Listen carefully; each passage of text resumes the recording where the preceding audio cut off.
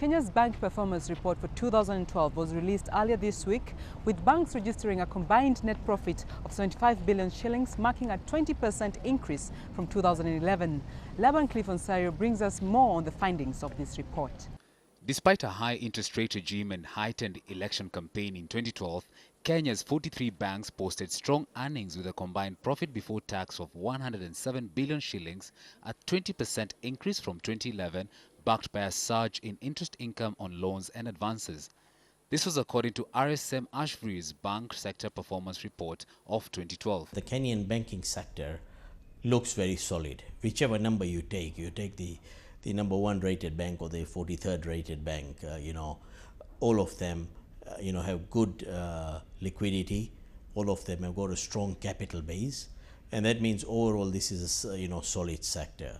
The report very much focuses on the actual performance, on the financials, which the other people do as well. But it's good in the sense that they haven't paid so much attention to various other categories, like being the longest standing player in the market. Loans and advances to customers recorded a marginal 12.5% growth compared to a 31.5% increase in 2011 due to high interest rates on credit averaging 11% in December. If you look at the interest rate spreads between the interest you earn on advances, average interest on advances and average interest paid on deposits, and also if you look at the total interest yield on all interest-bearing instruments including advances, and the total cost of funds, both increased by 0.5%. And this again shows that the volatility of the interest rate regime last year, and when the interest rate regime is volatile, the spreads always increase to the benefit of the banks. Though the central bank has maintained its key lending rate of 9.5%, banks have been slow to follow suit. This has reduced investor appetite for credit, hence dampening economic growth. That is a function of competition in the market. And to see how it plays out is to take a very good example of, let's say I would take out a loan. Without a credit rating agency, my bank is the only bank that has my credit history, and they are the only ones who can give me good rates on my loans. Even if I got a bank that had better rates, it is very hard for me to move my assets from one bank to another bank. So by that estimation, when banks are setting their interest margins, they don't consider too much competitive forces.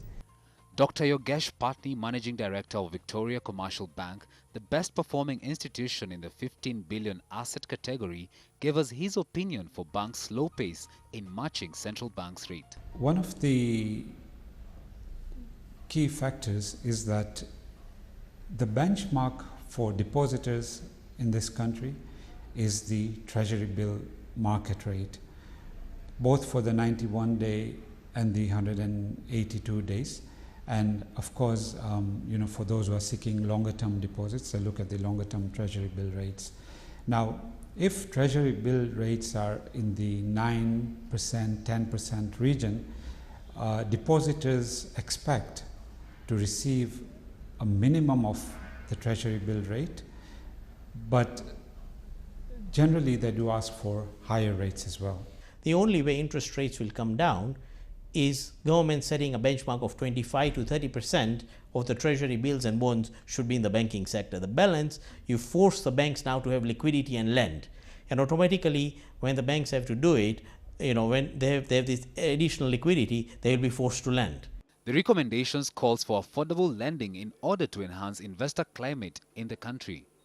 Historically, banks operate at 4 to 5 times multiple the GDP growth.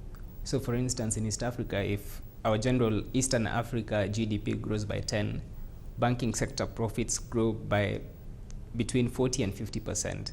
So that gives you the underlying value that banks have on the economy. In the first instance, that is important because government can be able to see how much they would want to stimulate the economy. So if banks reduce their rates, then the economy will grow faster, and by that measure, profits should grow by that multiple. As Kenya moves to a devolved system of government, analysts say that the banking sector is a catalyst that could spur Kenya's economic growth in 2013. The banking sector underpins the whole economy. We can start from public sector. All these county governments and the devolution process will be pegged on banking sector because the money the government needs to collect to flow down to the county governments will be through banks.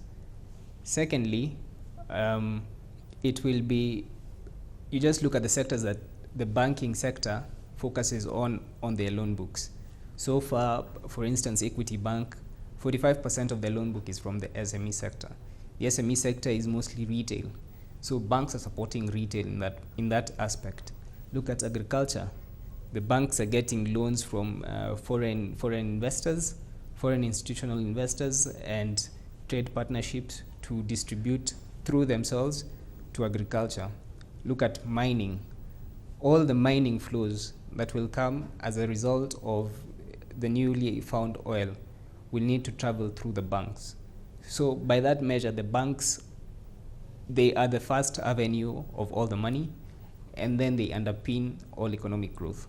Equity Bank, Kenya's biggest bank by depositors, Diamond Trust Bank and Citibank were among the best performing according to the report. For Ion Kenya, I am Laban-Cliff, Onserio.